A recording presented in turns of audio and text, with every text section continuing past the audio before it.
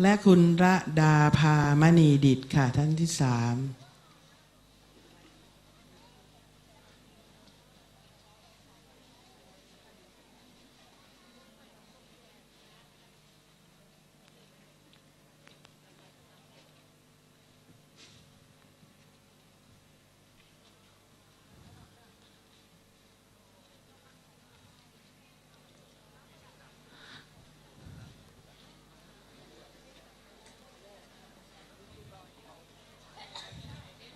และท่านที่สี่นะคะ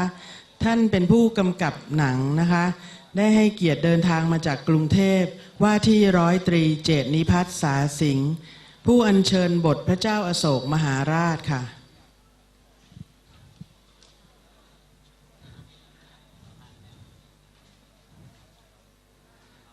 และพระมเหสีอันดับต่อไปนะคะคุณชมพูนุชปิยะธรรมชัยเป็นดาราช่องเจ็ดที่ปฏิบัติธรรมสม่ำเสมอนะคะรับบทมเหสีพระเจ้าอโศกค่ะท่านต่อไปคุณวาสิทธิ์จันทนากรรับบทพระเจ้ากือนาค่ะ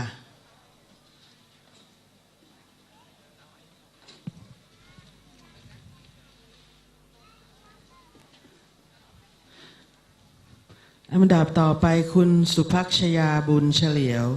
รับบทมเหสีพระเจ้ากือนานะคะ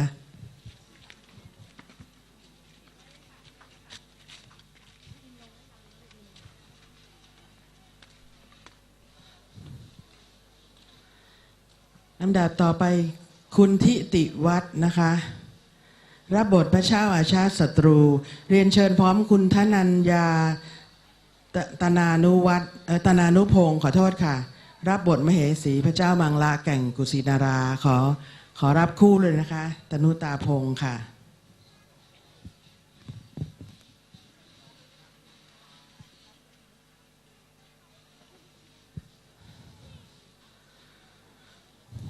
ลำดับต่อไปคุณสุมิตราศรีลาแก้วมเหสีพระเจ้าอาชาติศัตรูนะคะ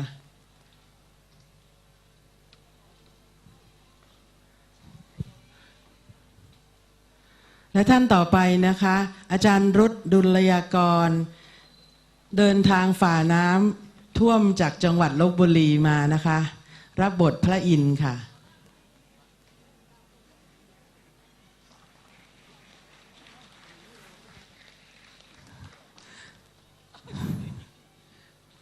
และอาจารย์สุภพรธรรมชูวงศ์นะคะอันนี้ว่ายน้ำมาจากท่าวุ้งนะคะจังหวัดลพบุรีเช่นกันมเหสีพระเจ้าอินทร์ค่ะ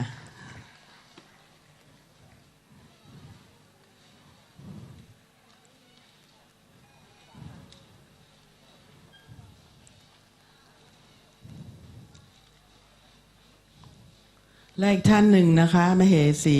พระเจ้าอาชาติศัตรูคุณธนพรพรปิติไพศาลค่ะ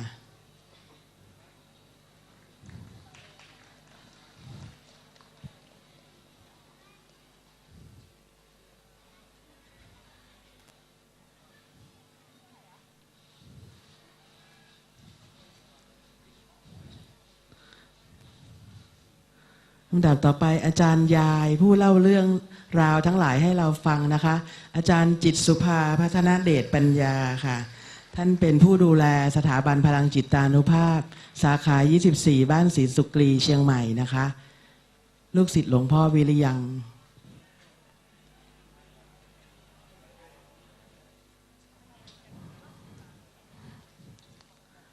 นักศึกษาหญิงอาจารย์กาญจนาหินมะลิค่ะขอเชิญพร้อมกับนักศึกษาชายเลยนะคะน้องบอล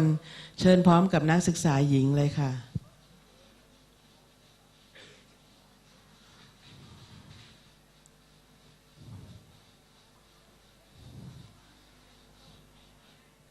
ลำดับต่อไปพระเจ้าสากยราชและมเหสีแห่งกบิลพัสนะคะอาจารย์ประเสริฐและคุณอรวรรณลิ้มประยูนค่ะ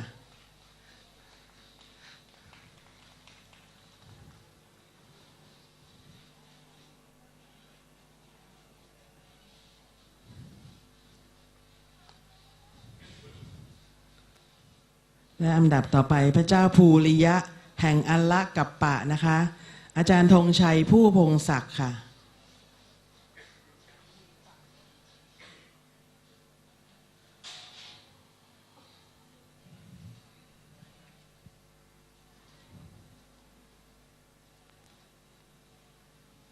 และป้ามเหสีนะคะอาจารย์พรพิสุทธิ์ศรีประไหมค่ะ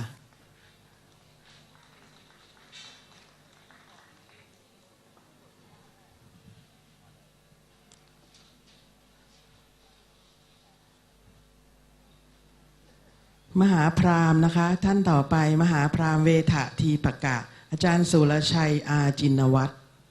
เชิญค่ะ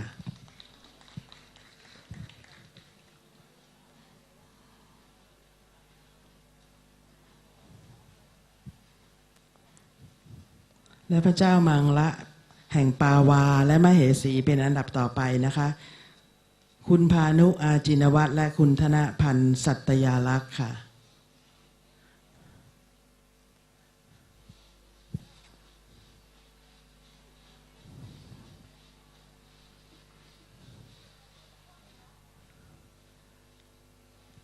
พระเจ้ามังละแห่งกุสินารานะคะคุณวัชรากรคำอิน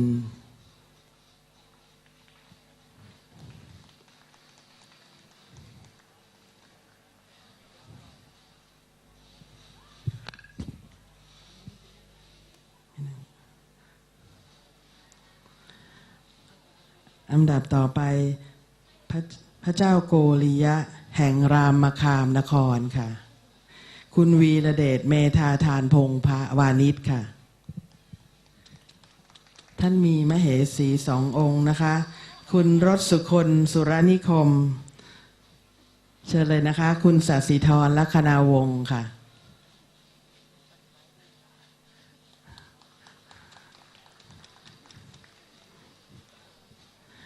แล้วก็ท่านต่อไปเป็นพระราชมารดามเหสีแห่งกุสินารานะคะผู้เชิญบทคือ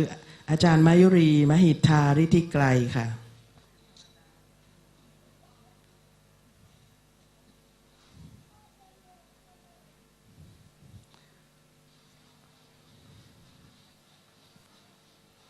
และอันดับต่อไปพระเจ้าฤทธิ์ชวีแห่งเวสาลีนะคะเชิญบทโดยคุณสันติภาพควบสินลินคำนะคะควบลินคำค่ะ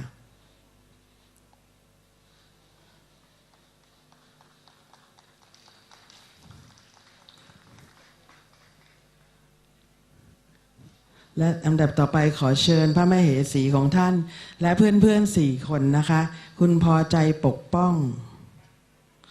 และคณะที่มาแสดงระบำแขกให้เรานะคะ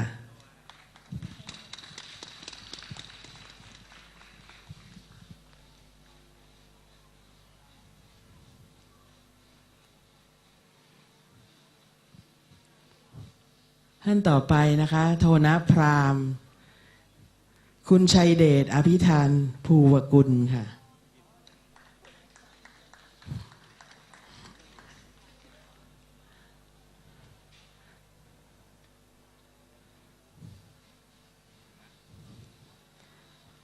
และท่านต่อไปผู้อัญเชิญบทพระมหากัสสปะและก็พระสุมนเถระนะคะอาจารย์บรรเทาอุทัยทัศน์ค่ะท่านเป็นผู้พิพากษาสมทบนะคะไม่ใช่พระจริงนะคะ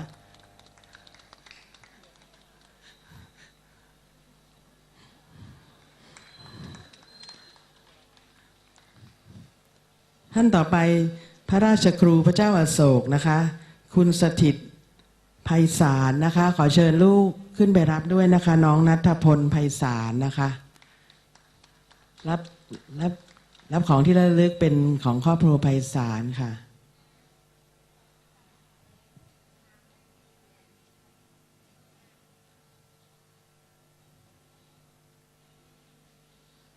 ท่านต่อไปราชบุตรพระเจ้าอโศกคุณธนชัยเทสแพทย์ค่ะ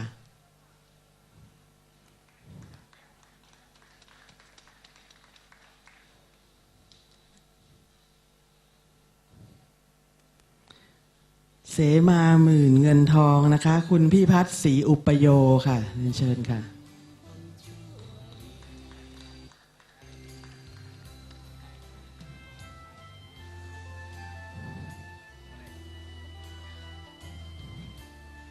ผ้าขาวยอดนะคะคุณถาวรบุญทองใหม่ค่ะผ้าขาวสาย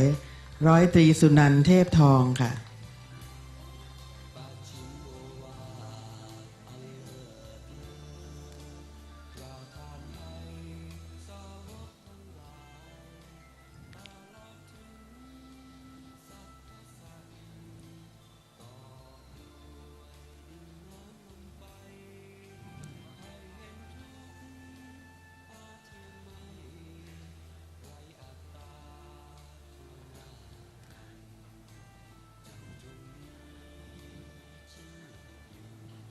ลำดับต่อไปขอเทพบุตรเทวธิดาบนฉากพระอินทร์นะคะรับด้วยกันหนึ่งชิ้นนะคะคือมีคุณหนึ่งฤทัยเทนุรักษ์คุณบุญเสริมสุขันธรัตน์คุณสุภานีมูลแก้วนะคะแล้วก็น้องณโมนี่เป็นลูกพระอินทร์นะคะน้องณโมดุลยากรด้วยค่ะ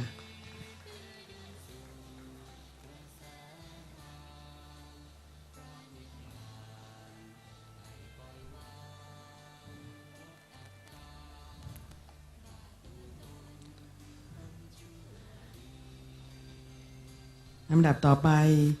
พระสนมพระเจ้าอโศกนะคุณนัทศินีนะเชียงใหม่คุณสุรพีแสนสมบัติคุณเครือวันปัญญานะคะขอรับเป็นชุดนะคะ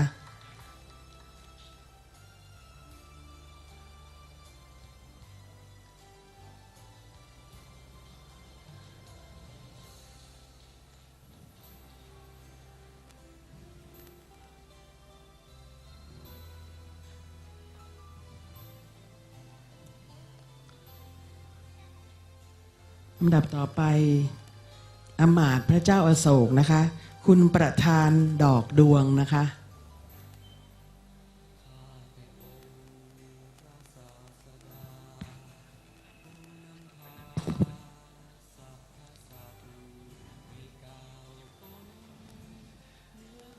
อมาตย์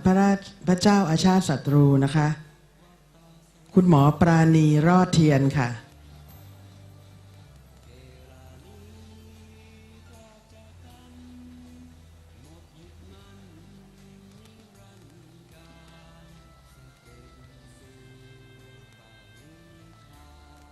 ลำดับต่อไป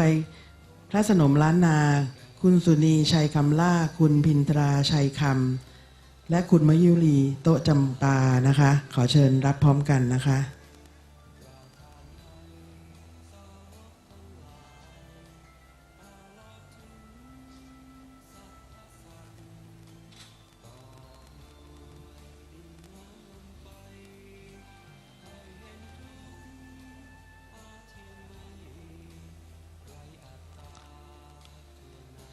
องครักษ์นะคะ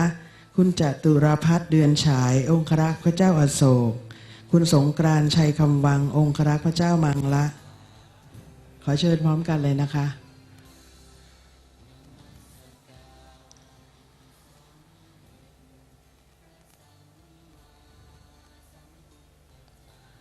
และขอตัวแทนฝ่ายอุบาสิกาที่มาแสดงความคารวะสมเด็จพระสัมมาสัมพุทธเจ้าขอตัวแทนขอเชิญคุณหมอวรพินนะคะโกมุตบุตรขอเรียนเชิญตัวแทนนะคะพระอุบาสิกาทั้งหลายก็มีปัญหาเรื่องหัวเข่ากันนะคะ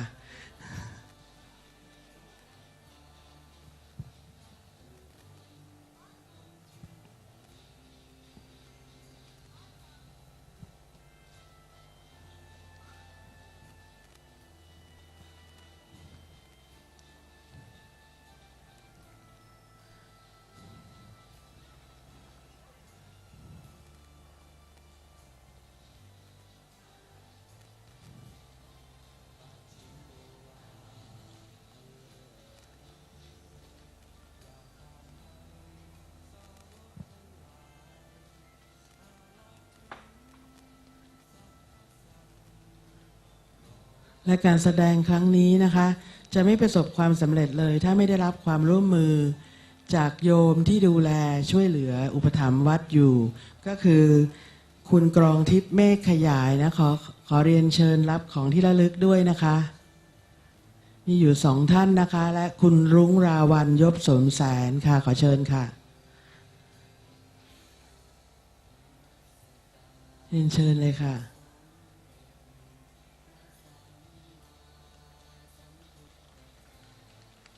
คุณกรองทิพย์เมฆขยายนะคะ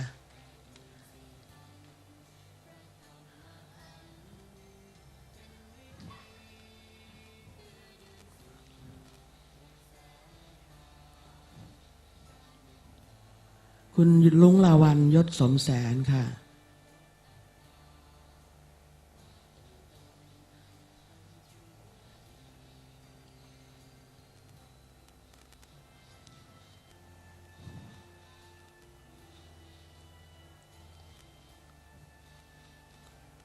ขอบคุณคณะช่างฟ้อนนะคะขอตัวแทนช่างฟ้อนได้ไหมคะ1 ท่านค่ะ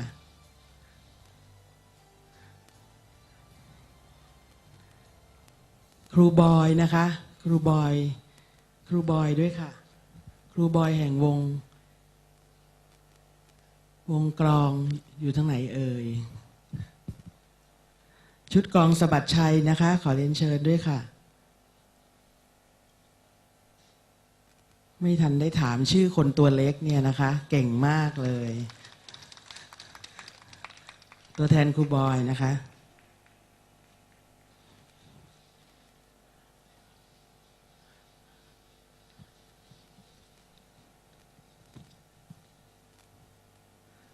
แล้วก็ท่านสุดท้ายนะคะซึ่งเหนื่อยทั้งแรงกายแรงใจนะคะแล้วก็มีอุปกรณ์ทุกอย่างที่งานนี้สำเร็จได้นะคะก็คือคุณบุ๋มแห่งบ้านสุพัฒสรร่มโพสีเชียงใหม่ค่ะ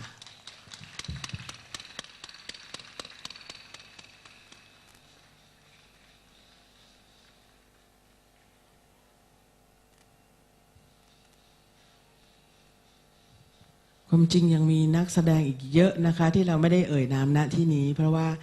ท่านก็ฟังกันมานานแล้วก็ท่านก็ได้เห็นการแสดงไปแล้วขอบคุณทุกท่านที่ให้เสียสละเวลามาชมแล้วก็รับทราบพระพุทธประวัติครั้งนี้นะคะกราบขอบพระเดชพระคุณหลวงพ่อและครูบาอาจารย์พระสงฆ์ทุกรูปเนรทุกรูปนะคะผมจะขอกราบขมาอโหสิกรรมด้วยในสิ่งที่ด้วยได้ล่วงเกินโดยตั้งใจก็ดีไม่ได้ตั้งใจก็ดีนะคะก็กราบอโหสิกรรมไว้ณที่นี้แล้วก็กราบอนุโมทนาในความตั้งใจแล้วก็แรงงานแรงใจกำลังสมองแล้วก็กำลังกายที่พระเดชพระคุณทุกท่านเมตตาให้แก่พวกเราทุกคนค่ะกราบขอบพระคุณค่ะ